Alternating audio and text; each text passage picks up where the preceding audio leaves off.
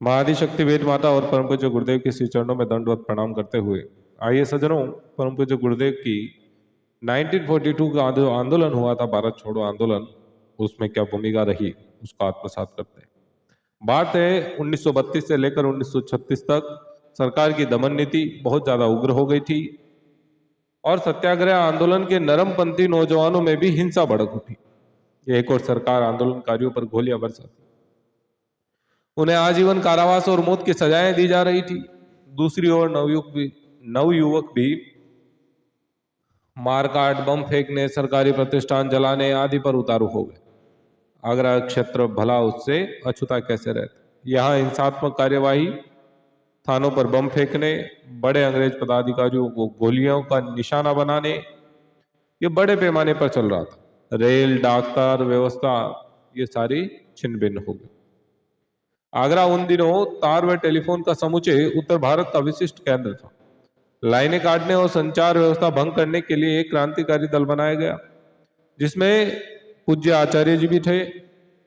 इनके साथ श्री जगन प्रसाद जी रावत, उल्फत सिंह, राधेश्याम, कृष्ण जीवन दास, भगवान सहाय, गोवर्धन सिंह, सिरोली दद्दू, गंगा सिंह, प्यारेलाल, श्याम वर्मा प्रमुख व्यक्तित्व थे। ये सभी गुप्त रूप से कार्य करते थे।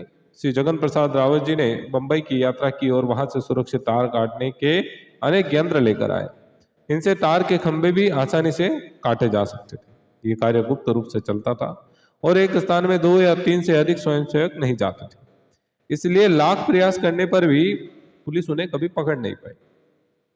पूज्य आचार्य जी ने एक बार अपने साथियों के साथ आगरा ढूंढला स्टेशनों के बीच गाड़ी रोककर फर्स्ट क्लास तथा कई सेकंड क्लास डिब्बों में से यात्रियों को वहां नीचे उतार दिया और फिर उसमें तेल छिड़क कर आग लगा दी। इस समूचे कार्यक्रम का उन्होंने जिस तरह संचालन किया, उनकी सूझबूझ और साहस पर भी सभी सहयोगी मंत्रमुग्ध हो गए।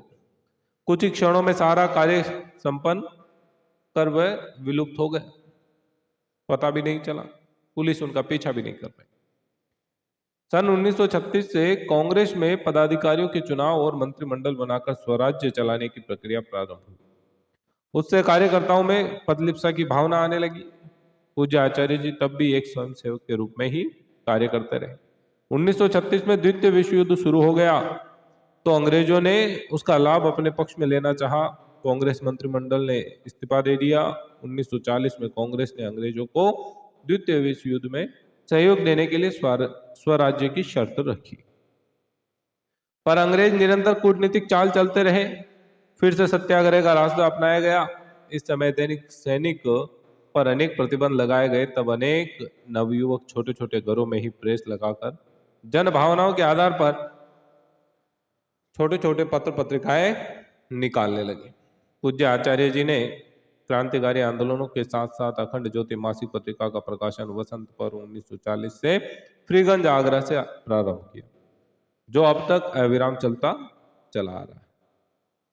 उस जमाने में उसमें निरंतर क्रांतिकारी राष्ट्रभक्ति जमाने वाले लेख छपा करते थे। साबरमती के निर्देश अर्थात अध्यात्म में प्रवेश कैसे हुआ गुरुदेव का, वो भी हम इसी लेख में जानेंगे, इसी ऑडियो पॉडकास्ट में सुनेंगे। आगे बताया जाता है कि पूज्य आचार्य जी के स्वाधीनता संग्राम के इतिहास के बारे में सरकार के द्वारा प्रकाशित पुस्तक में 2 बार की जेल यात्रा का विवरण मिलता है। परम पूज्य गुरुदेव स्वयं अपने बारे में कहा करते थे कि वे 3 बार जेल गए। उनके एक अन्य साथी अखिल भारतीय स्वतंत्रता संग्राम सेनानी संगठन के संयोजक श्री राम सिंह ने अपने एक पत्र में लिखकर बताया कि मैं 5 अगस्त 1932 को छत्ता बम कांड में बंदी बनाकर आगरा जिला जेल भेजा गया। तब श्री राम पहले से ही बंदी के रूप में वहां मौजूद थे। इससे इतना तो निश्चित है कि वह 1932 में जेल गया था और मेरे साथ 1 साल तक जेल में रहा। यद्यपि सरकारी रिकॉर्ड में श्री राम की जेल यात्रा 6 माह बताई गई, किंतु वह रिकॉर्ड अधूरा है। लगभग सभी स्वतंत्रता संग्राम सेनानियों ने कई कई बार जेल यात्राएं की थी। श्री राम शर्मा श्री कृष्णदत्त पालीवाल के अखबार दैनिक सैनिक में लेखन का कार्य करते थे। यहीं से कांग्रेसी नेताओं के गहरे संपर्क में आए। श्री राम शर्मा को बरहन मंडल कांग्रेस कमेटी का मंत्री नियुक्त किया गया। इसलिए वे कांग्रेस के आंदोलनों में सक्रिय भूमिका निभाते थे।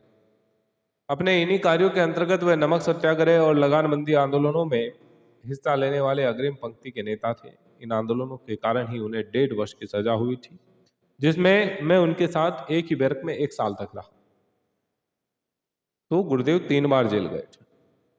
श्री रावत जी के शब्दों में, एक समय वह आया जब सभी बड़े राजनेता आंदोलन से थक रहे थे, कुछ तो अपने निजी धंधों में लगने वाले थे, तब श्री राम ही ऐसे व्यक्तित्व थे जिन्होंने उन्हें झकझोरा और फिर से संग्राम में लगाया। यह एक विलक्षण बात है। जिन दिनों वे सत्याग्रह में भाग ले रहे थे, उन्हीं दिनों पूंजीवाद, जनसंख्या वृद्धि, शिक्षा प्रसार, कन्याओं के साथ भेदभाव जैसी सामाजिक कुरीतियों पर भी वह सशक्त लेख लिखा करते थे, जो दैनिक सैनिक में नियमित रूप से छपते थे। इससे पता चलता है कि वह भविष्य द्रष्टा भी थे। इस देश की सामाजिक कुरीतियों को भी राजनीतिक पराधीनता का मुख्य कारण मानते थे। उनके मन में अध्यात्म के प्रति गहन अभिरुचि थी, सो उन्हें जब भी समय मिला पांडिचेरी के आश्रम भी गए और शांति निकेतन की भी यात्राएं की। दुर्गम हिमालय की यात्राएं भी उन्होंने अपने जीवन में करी, जिन्होंने उन्हें विश्व क्षितिज पर एक महान आध्यात्मिक पुरुष के रूप में प्रतिष्ठित किया। बात है सन 1942 का आंदोलन चरम सीमा पर था। तब उन्होंने कई बार साबरमती की यात्रा की, गांधी जी के समीप रहकर प्रत्यक्ष सेवा धर्म की शिक्षा ली। इस समय साबरमती आश्रम में रह रहे श्री दुर्गा शंकर जी द्विवेदी ने बताया कि पूज्य आचार्य जी जब भी आते थे प्राय उन्हीं के पास ठहरा करते। महात्मा गांधी जी उनको किसान आंदोलन की उपलब्धियों से परिचित थे। उन्हें इस बात का भी बोध हो गया था कि आज जो कांग्रेस स्वाधीनता की लड़ाई लड़ रही है, वह सत्ता पाते ही मार्ग से विचलित हो सकती है। वे इस विचार के पक्ष में थे कि स्वराज्य प्राप्ति के साथ ही कांग्रेस अपना लक्ष्य पूरा हुआ मान ले, उसे समाप्त कर दिया जाए, शासन सत्ता तपे हुए मूर्धन्यों को सौंपी जाए। प्रख्यात कांग्रेस राजनेता श्री महावीर त्यागी ने एक पुस्तक लिखी है, मेरी कौन सुनेगा। इसमें उनके स्वाधीनता संग्राम के संस्मरण है। इस पुस्तक का प्रथम संस्मरण बापू जी पर है। उनकी उसमें व्यथा व्यक्त की गई। अंतिम दिनों में कांग्रेसी राजनेता स्वयं ही उनकी बातों की उपेक्षा करने लगे। सरदार वल्लभ भाई पटेल का पार्लियामेंट में बहुमत होने पर भी महामना बापू ने जिन जवाहरलाल नेहरू को देश का प्रधानमंत्री बनाने का मार्ग प्रशस्त किया, ऐसे श्री नेहरू तक उनकी अवज्ञा करते थे। बापू कहते थे, स्वाधीनता तभी परिपुष्ट होगी जब राजनीति के साथ धर्म तंत्र से लोक शिक्षण का कार्य भी चले। उन्होंने अध्यात्म की शक्ति से इतना